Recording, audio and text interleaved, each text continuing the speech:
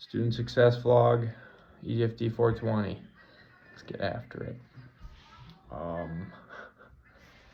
Question 1. What example can you provide from your prior field experience where you observed the social learning theory? I would say one of the clearest examples of that theory that I saw was in my high school PE field experience class. Happened during a unit on volleyball where before students even touched the ball, the teacher stood at the net and, sorry, someone's over there, sorry. Teacher stood at the net and demonstrated the proper form and like for an underhand serve and like all the little details that were gonna go into it, like your feet being planted and the arm swing and the power of the contact. She did it really slowly and narrated every part as she was doing it, and then did it again at full speed for all the students to see. Students lined up to begin attempting after the demonstration. And then they weren't just like going out there and guessing what to do or just like going out with no prior knowledge, because the teacher obviously showed them an example before, full speed and half speed. If there's any questions, like she covered it. And the theory tells us that people learn through observation, through like words, modeling, all those different things, and that just covered all of it within the theory.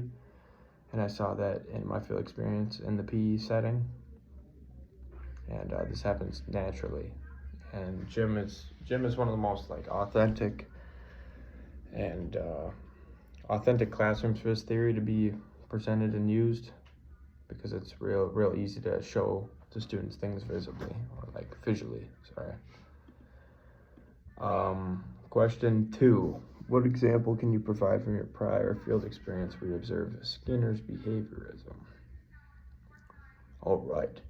So I also saw the behaviorism through how the teacher encouraged participation. Students receive like a daily participation grade, depending on how much effort or like how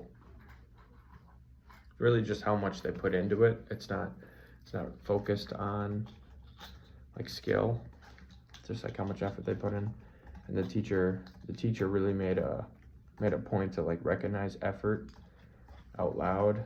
For example, like when a student usually held back, would try harder, because they know like the grade isn't based on purely skill, it's based on how much you put into it, which is and I saw that happen, and the teacher immediately like praised him for it.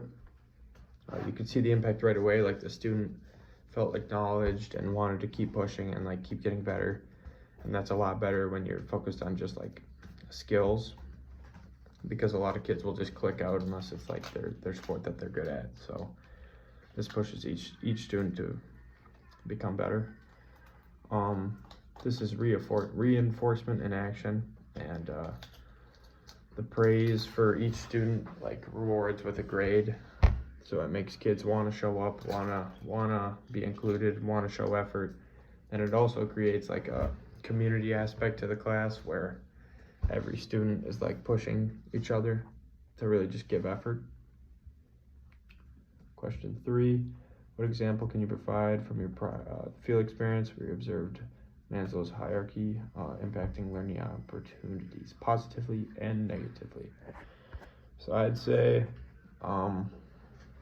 on the positive side, I saw a teacher create a space where students felt safe and supported. They didn't allow like teasing. Like I said before, like it was really just based on like pulling students up and like helping them give full effort, and like just a lot of encouraging and support throughout the class. No one really left. From what I saw, I didn't think that anyone felt left out. Like there was also like different courts for the skill level you felt comfortable with, and students were encouraged to take risks and move up courts, but it was up to them ultimately. On the negative side, I would say that a lot of kids, I would say, would get maybe just caught up in it a little bit, or like disengaged almost, like with the 3 courts, or like with all the encouragement. I would say for encouragement, just like sometimes it gets to be too much and it just doesn't pan out. Like some kids need encouragement in certain ways. I would just say that, but this showed me just the basic needs of just the emotional aspect of teaching. Like I saw all the students, sorry, all the students just and how like encouraging can have that fine line or just like basing it off effort. Like there's a real fine line of what kids perceive as good and bad. Number 4, which students do you observe that would identify with the video? What school is for? After watching the video, I immediately thought of like a few students that I observed during my field experience. There's a group of students who did the minimum, like they dressed out, stood in place, completed tests without really engaging. Like they would just get by and ask if they got their points at the end of the day. They weren't causing problems, but they weren't like invested or really learning or getting any benefit. This reflects that the idea of school can train students to just comply other than like truly engage and like get into it. At the same time, I saw a student who struggled in other classes but thrives in PE. He was a great athlete.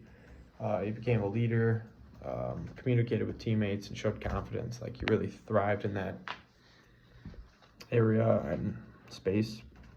Really just made me think about the different strengths and like different prior like conceptions on school that can impact physical education. Number 5, knowing elementary school is the foundation for education at the secondary level. Which of the key ideas did you see practicing your prior? Okay.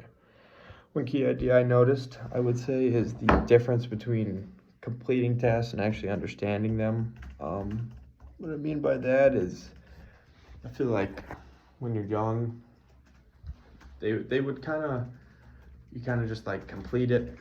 Like that's kind of the goal of it, just like get them going, get them introduced with skills and things like that, but not really understand like where they're going to go to or things like that. And then secondary level, obviously it's like appointing it to like a sport, or it's appointing it to like a skill they can use in life.